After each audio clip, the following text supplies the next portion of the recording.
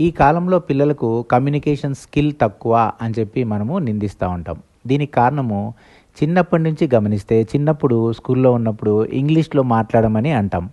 కానీ చుట్టుపక్కల ఉండేవాళ్ళు వాళ్ళతో సరైన ఇంగ్లీష్‌లో కమ్యూనికేట్ చెయ్యం. పోనీ ఇంగ్లీష్‌లో మాట్లాడే ప్రయత్నం చేస్తే చుట్టుపక్కల ఉన్నవాళ్ళు ఆ ఇంగ్లీష్‌లో తప్పులు పడతారు. కరెక్షను చెయ్యరు.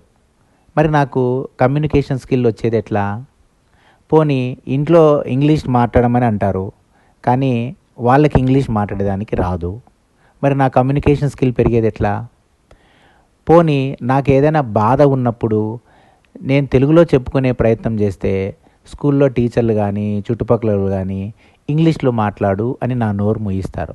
మరి నాకు తెలుగు వచ్చేదెట్లా? నాకు ఇంగ్లీష్ వచ్చేదెట్లా? నా కమ్యూనికేషన్ స్కిల్ ఎలా పెరుగుతాయి? దీనికి తోడు అప్పుడప్పుడు మా పేరెంట్స్ వచ్చి నా మీద నా పిల్లవాడు ఇంగ్లీష్‌లో మాట్లాడడం లేదు అంటాడు. ఇది నాకొక అదనపు టెన్షన్ నాకు. మరి నా కమ్యూనికేషన్ స్కిల్ ఎలా పెంచుకోవాలి?